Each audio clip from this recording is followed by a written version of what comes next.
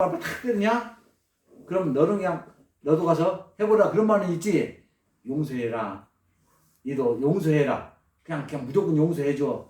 그런 얘기가 있어요 율법에? 없잖아요.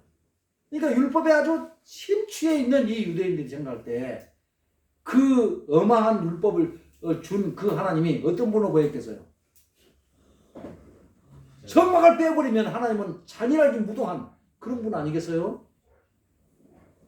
사람을 올가매고 일주일에 한 번씩 뭐 일도 못하게 하고 뭐 이것도 뺏고 저것도 뺏고 뭐 바치라고 하고 맨날 없는 것도 다 뺏어가고 그러니까 뭔가 주지도 않고 뺏었다는 얘기예요 지금.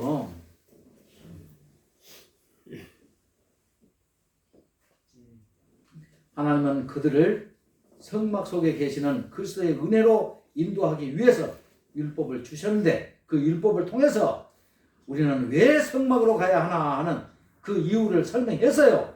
그러나 그들은 지금까지도 이 그리스도를 주시는 하나님의 은혜 알기를 거부하여 무려 1500년 동안이나 그 완고함에 깨어지지를 못했어요.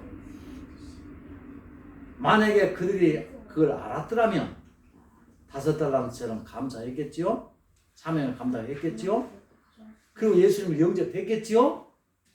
예수님을 죽이려고 했다는 말은 무슨 말이에요? 율법만 알고 잔인한 하나님만 알았어요.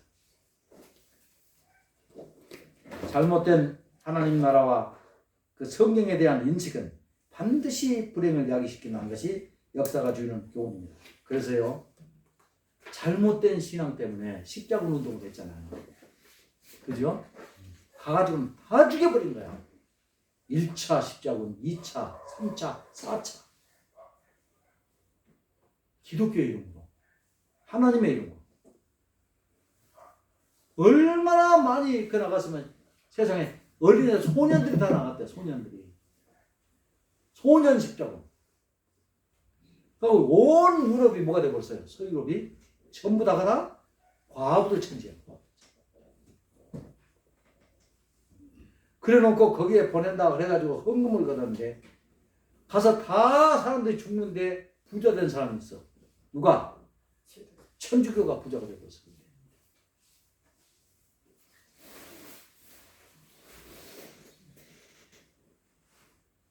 십자군 전쟁뿐만 아니라 이단들의 그 비윤리적인 행태들이 바로 그 증거입니다.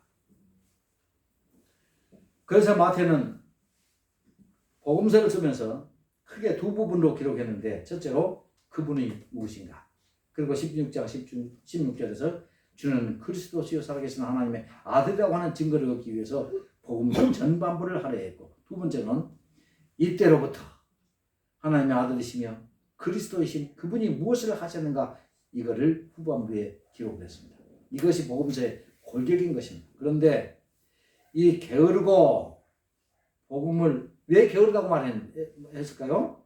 이 복음을 유대인들의 땅 속에만 묻어두고 세계화를 잊어버렸어요. 유대인들을 뭐라고 했습니까? 왜 그들을 장자로 꼽았어요? 왜 뽑았어요? 말씀을 맡았죠. 이방인들의 제사장 노릇을 하라고.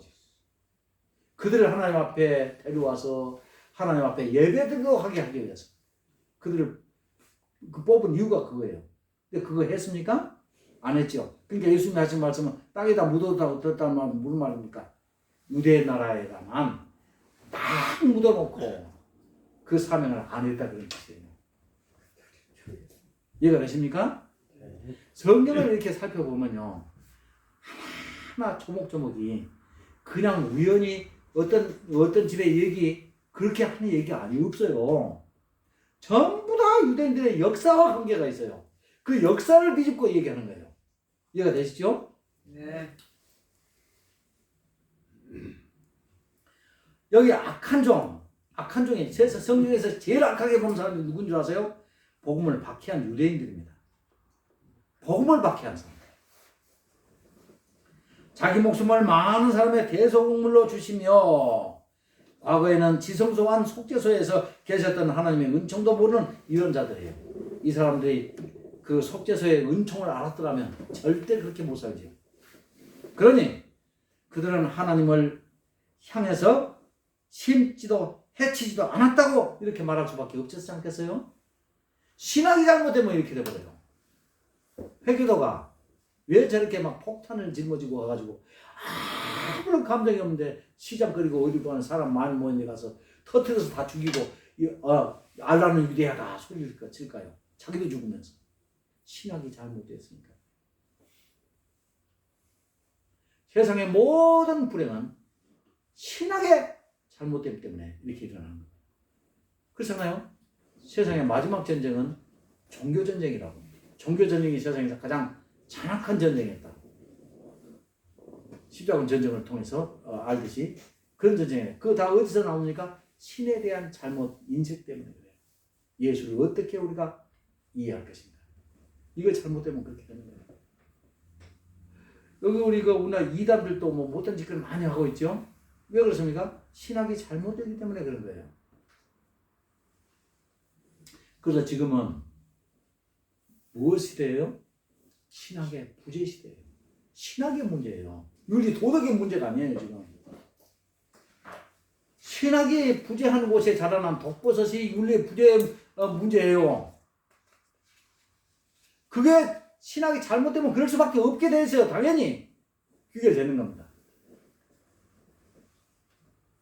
자칭 그들에게 율법을 전수해준 모세의 제자임을 그들은 최고의 자랑거리로 여기면서도 서기관과 바리새인들이 그 율법을 기반으로 해서 정치적 메시아관으로 만들어진 유대교를 통해서 그리스도로 세상에 오신 예수님을 알리가 만무합니다. 그러니까 그들이 신학적으로 구약 내내 잘못돼가지고 그들이 메시아가 오신다는 걸 믿었어요. 알아요. 근데 그 메시아가 어떻게 오시는가, 어떤 성향의 사람으로 오시는가, 그거를 오해했단 말이에요. 그리스도가 오시면 정치적인 메시아로 오신다는 거예요. 로마를 징치하고 유대인을 세계에 가장 위대한 민족으로 만들어주는 그런 분으로 오신다는 얘기예요. 근데 예수님이 오셨다고 내가 그러고 그러니까 예수님하고 그들이 알고 있는 메시아하고는 대입해 보니까 완전히 다르잖아요 지금. 그러니까 너는 아니다는 거예요. 그냥 죽이는 거예요. 그러니까 지금 무슨 얘기를 하려고 그래요? 신학이 잘못되고 하나님에 대한 인식이 잘못되면 반드시 그렇게 따라올 수밖에 없어요. 그래서 우리는 신학을 내 속에 바로 세워야 된다. 그 바로 세우는 것이 무엇입니까? 가장 잘 세워주는 게 뭐예요? 성경 신학을 통해서 구속의 신학, 구속사를 아는 것. 이거 보세요. 구약을 여기다가 지금 해치고 모으고 하는 여기에 대해서 정립하는 것이 이게 어거지입니까? 그것을 아는 것이 구속사예요. 원하시면 내가 그런 얘기 했는데 정 교수가 그 구약과 뭐 신약 이런 것들을 이거 잘 나열하고 잘 그걸 해요. 근데 여기 장모사 얘기하는 그런 거예요. 자기가 알기로는 정 교수는 구속사를 모르는 사람이다. 그런 얘기를 하더라. 누가요? 장모사. 얼마나 들어봐. 얼마나 구속사적을 다루는데 들어봤었는데. 근데 그거 왜냐 그러면 그런 분석은 그렇게 했을지라도 그 분석하고 성경을 구속사로 연결하고 해서 보는 거하고는 다른 기능이에요. 다른 기능. 그렇게 이해하지 않으세요? 다른 거예요. 그러니까 그런 분석을 아무리 잘해도 무익한 것이 아니라 유익해요.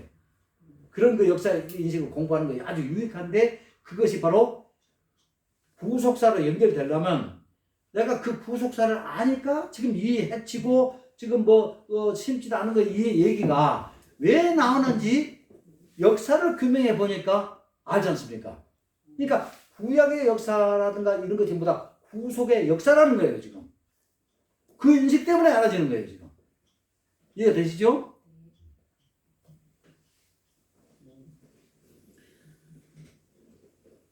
그렇게 모르는 자들, 이 유대인들은 이미 율법의 종교 유대교를 사수하기 위해서라면 하나님과도 맞설 용의가 다 되어 있는 사람들이에요. 이 사람들은. 왜 그렇습니까? 이 얘기를 왜 합니까? 하나님하고도 싸운다는 얘기는 마지막으로 예수님을 잡아다 놓고 내가 마지막으로 신문하겠다 그러면서 산헤드린 공회 안에서 대제사장이 물어서 예수님 앞에 내가 마지막으로 묻겠다.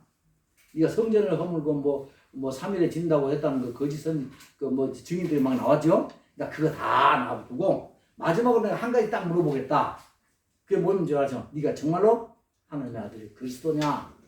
그러니까 예수님이 네가 정확하게 말했다. 그렇다. 이렇게 얘기했죠. 그러니까 그렇다면 두말할 필요도 없어. 증인들 구할 필요도 없어. 너 죽어. 사형. 이렇게 한 거예요.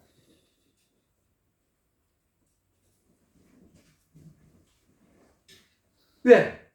유대교는 하나님이 주셨고 유대교를 위해서라면 누구라도 죽인다는 거예요. 그러니까 예수님을 죽인 것은 하나님의 아들인지 못 믿어서가 죽인 것이 아니라 알고 죽인 거예요. 그것은 포도원의 악한 종들에 비유해서 세를 받으러 온 종들, 여기 종들이 누구였어요? 선지자들이죠.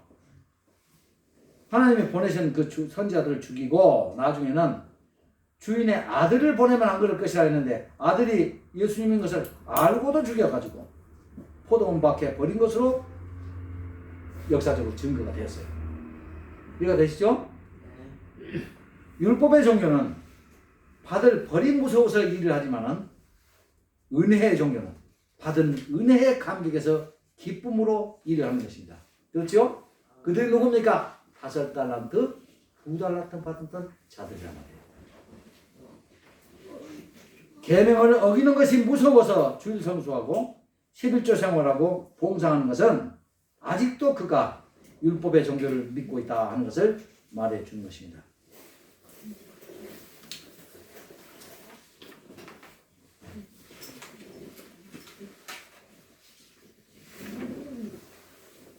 조금 더 해요. 차라리 취리하는 자들에게 맡겼다가 취리하는 자가 뭡니까? 이자를 주는 사람들이죠. 은혜. 취리하는 자들에게 맡겼다가 내가 돌아와서 내 원금과 이자를 받게 하였을 것이라고 하는 의미는 그 말의 의미는 뭐냐 그러면 차라리 이스라엘이 아니라 이스라엘에 베풀었던 그 은혜와 사랑을 이방인에게 베풀었다면 너희들보다는 나았을 것이라 이 말씀인 거예요. 그러니까 이스라엘이 사명을 감당하지 못하고 오히려 하나님의 백성들을 불의할 이방인들에게 적대감을 가지고 잘못했다는 얘기 아니겠어요? 과거 회개를 촉구하는 하나님의 음성을 끝내 거부했던 이 이스라엘에 대해서 이방 아수르의 니느웨 사람들이 요나 선지자가 전한 회개의 음성을 들었을 받아들였던 그 회개의 열매를 기억한다면 이해가 될 것입니다. 그렇죠? 그래서 자꾸 이스라엘하고 이방인하고를 비유를 해요. 또 가나안 여인이 얘기하고 있죠. 가나안 여인이 자기 딸이 흉악한 귀신 들리니까 구원해달라고 그러죠. 그러니까 예수님이 무슨 말씀했어요? 자녀의 떡을 취해서 개에게 주는 것이 마땅치 않다. 그렇게 말하죠. 그러니까 이 여자가 하는 얘기가 맞습니다. 그 말 맞아요. 그러면서 그렇지만은 개들도 주인의 상에서 떨어지는 부스러기를 먹지 않습니까? 그 부스러기라도 좀 주세요. 이런 얘기거든. 그러면 거기서 그 주인의 상에서 떨어지거나 개라는 거 하면 무슨 말이냐 그러면 여러분 알죠? 이방인들이 하나님 앞에 언약을 맺지 못했다는 거예요. 그래서 유대인들이 너희는 개야 그랬어요. 개 맞습니다.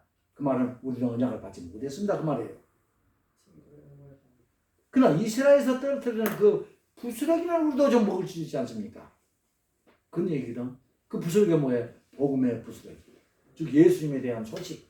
복음을 우리도 좀 들을 수 있지 않습니까? 그 얘기지 않습니까? 믿음이 크도다. 이 사건을 통해서 예수님이 하신 하고 싶은 말씀 뭐예요? 이 가나안 여인을 칭찬하겠다는 얘기가 아니라 자기 본 백성들이 그 하나님 앞에 언약을 맺었다는 그 엄연한 축복을 감당하지 못하고 언약을 지키지 않는단 말이에요. 언약을 지켜라는 얘기예요. 달란트 비유는 앞서의 비유들과 같이 이 무익한 종을 바깥 어두운 데로 떼어 쫓으라 거기서 슬피 울며 이를 갈리라 하는 이 엄연한 심판으로 끝이 납니다. 그가 지옥에 가서 슬피 울며 이를 가는 그 상대가 누구겠어요? 그런 생각하지 않아요? 아마 지옥에 간 사람 가운데 나를 향해서 이를 가는 사람이 좀 있을 것 같아요. 왜? 내가 그렇게 목사님을 떠나서 어디에 간다고 해도 나를 좀 붙잡아주지, 억지로라도 좀 붙잡아주지. 그런 사람이지 않을까 싶어요. 그가 지옥에 가서 슬피 울며 이를 가는 상대가 그에게 구속의 복음을 전해주지 못한 그들의 설교자가 될 수가 있습니다. 명심하세요. 여러분의 가정에 여러분의 친척들이 여러분들 향해서 이를 갈 수도 있어요. 왜? 자기들만 알고 집만 알고 보니까 지는 지금 하나님의 백성이고 천국 가는 백성이었는데 나한테 그때 왜 좀 팔 좀 끌어주지 않고 침묵했던가. 바른 복음을 전하는 자들이 여기서 착하고 충성된 종인다라는 사실을 기억하시길 바랍니다. 아멘. 아멘. 여기까지.